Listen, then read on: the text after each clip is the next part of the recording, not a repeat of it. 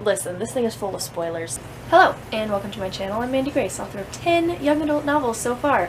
I am actually in the process of unpublishing, rewriting, and republishing 8 of those 10 novels.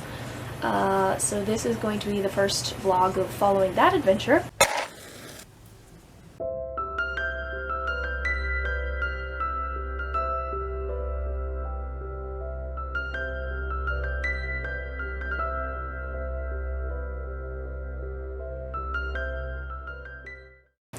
I may just do the outlining of Lucy's Legend on this vlog. I'm going to read through the original, outline what I hope to do with this rewrite situation. If there's not a whole lot to video while doing that, I may also do some vlogging of the actual rewrites, or the rewrites might be their own vlog. We'll see. Actual republication of Lucy's Legend should be happening in August, so look forward to that. We have pulled out the Robin Hood story Bible.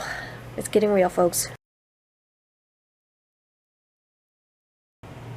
I set out to start the outlining of Lucy's Legend, and instead I started playing around with titles because I know I'm going to be changing some of the titles, and then I came to a roadblock, and here we are.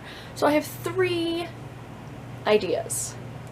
The main idea is to follow the trend of Lucy's Legend, which is book 1. So like Lucy's Legend, Much is the next one who tells the story, so it would be Much's whatever, and then Dusty's whatever, and then whatever. Along those lines, I was keeping them alliterations, but they don't necessarily have to be. The possessives don't necessarily have to be alliterations, that's just what I was playing with, because Lucy's Legend is an alliteration, but I could do possessives of other things as well. My second option, apart from possessives, is just alliterations. So Lucy's Legend would work, or I could switch around and call it The Legend of Lucy. And then the reason I would switch it around is because I already have a book called The Tragedy of the Traitor. So it works better if it's The Legend of Lucy, and then they have the same cadence. But I haven't come up with any new titles from Always in Shadow, Dusty, and The Story of Gisborne to go along with the alliteration thing. So I don't know about that. And then the third thing I was doing, which I have found titles for all of them, I don't know if I love the titles for all of them, is doing that sort of sentence structure, but instead of alliterations, having the first bit of the word be a description of story. So I have The Legend of Lucy, and then, what do I have over here? Hold on, let me come back and look. And then The Diary of Dusty, because her book right now is just called Dusty. The Tragedy of the Traitor. Here's the problem. I really love Lucy's Legend and The Tragedy of the Traitor. Those are the 2 titles I don't necessarily want to change, but in order to get all of the other titles to match either Lucy's Legend or The Tragedy of the Traitor, I'm having some serious trouble. Anyway, on we go to the last one, which is The Story of Gisborne, which is what it's called right now. So, in that case, if I do that sort of sentence structure, The Legend of Lucy, The Story of Gisborne, The Tragedy of the Traitor, I have 3 that are already named, and I just have to fix Always in Shadow into something, and Dusty into something. And The Diary of Dusty works. I don't dislike it. I might play with it still. Okay, we're getting started on the Save the Cat outline that I'm doing for Lucy's Legend. So far I've just been writing through the opening image stuff. I'm trying to decide what to do. First and foremost, I want to flesh out the present day stuff, which is still hundreds of years ago. But Lucy's Legend is told by old Lucy to her great-granddaughter, and then instead of just her narrating the story, you actually like drift into the story, and then the story feels like writing in present, or reading in present rather. But in the original Lucy's Legend, there are plenty of interruptions from the old Lucy and her great-granddaughter, and then you jump back into the story from, 80 years before. So there's a lot of hopping back and forth, and I think I want to keep that, but I want to give it more of a purpose, rather than just being a random device that I use to tell the story. I want Mary Lou to have more, that's the great-granddaughter, to have more of a purpose, because she shows up in every subsequent book after that. She starts and ends In Lucy's Legend, she interrupts all the way through, but in all the other books, she is the prologue and the epilogue of Lucy telling her story to Mary Lou. Except in Dusty's case, it's more of reading the journal she found. But anyway, the point is, Mary Lou is in every single book, but she was just sort of a device I used to tie them all together, and I want her to have more of a point than that. So I've been trying to figure out what that point is exactly. And then I've been debating, because, spoiler alert, Lucy's Legend has 2 female main characters because one of them dies. I have been debating if I should bring in Lucy to the main storyline at the beginning in some fashion. She doesn't join the actual story in the original until halfway through the book, after the other one dies.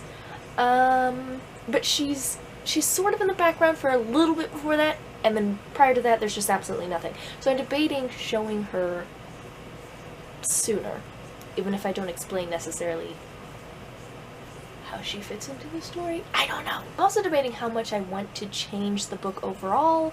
I am doing major rewrites, and I haven't been shy about saying that, but at the same time, some people have bought the book, and I don't want them to feel like they have to buy this one as well. I want it to be the same story, just told better.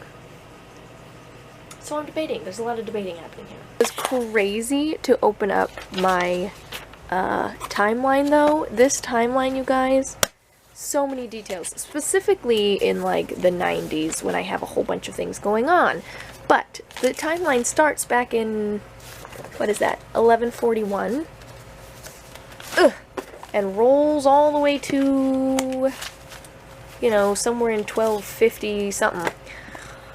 There's a lot going on in my Robin Hood world. Okay, currently focusing on Marian, just Marian, in her aspect of the, what am I doing? Outline, yep, that's the one. And her, listen, this thing is full of spoilers, so, you know, if you haven't read the original / read Return to Sherwood or Return to Grace, which are not being rewritten, maybe beware of the next however many minutes that I put on the screen. So yeah, Marian dies, and I'm trying to decide if I want her Save the Cat outline to follow Lucy's, because those are my 2 main characters. I was trying to be coy about it earlier, but now I'm just telling you.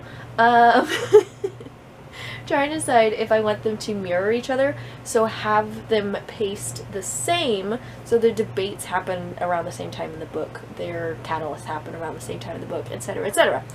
Or if I'm going to speed up Marian's, because she dies halfway through the book, and do the entire Save the Cat up into the middle of the book, but have Lucy's span the whole book. But the middle of the book, Lucy will be at her midpoint, and Marian will be done, because she's dead. Or do I not want her to go through the whole arc because her death is so traumatic and out of nowhere, so it would be more impactful if she doesn't finish her arc and she does stop in the middle of her story and it's shocking. I don't know. And then in the middle of that, I'm going to have Mary Lou's like whatever. But I don't think hers is going to be like super important. I just want it to be more than she happens to be who the story is being told to. But anyway, on the subject of Marian, I have made it all the way to the fun and games. I have finished Marian's section, nothing too exciting. Now I have to do Lucy, and figure out what I'm doing with Mary Lou, and voila! I have an outline. I finished the Lucy bit of the outline. It's been really difficult, I feel, to extract the emotional, internal side of the whole story, because the original thing was very plot-driven. Like, I have the book right here, you know, whole thing, and I have my series Bible with my character profiles and my original outlines and all of the details that I have from the entire series. I have my giant timeline calendar thing that has every event of every book written down in it in chronological order so I can see exactly what's happening when. Like, I have all of the plot points, but the original books, all of them were written before I had read any craft books, let alone Save the Cat, the best one ever. And so I wasn't necessarily writing from a character-driven, emotional story arc standpoint. I mean, my stories always have geared toward characters and emotions versus just plot, but now that I know how to actually craft a story from the emotional arc standpoint, I can tell that these original books were very plot-driven.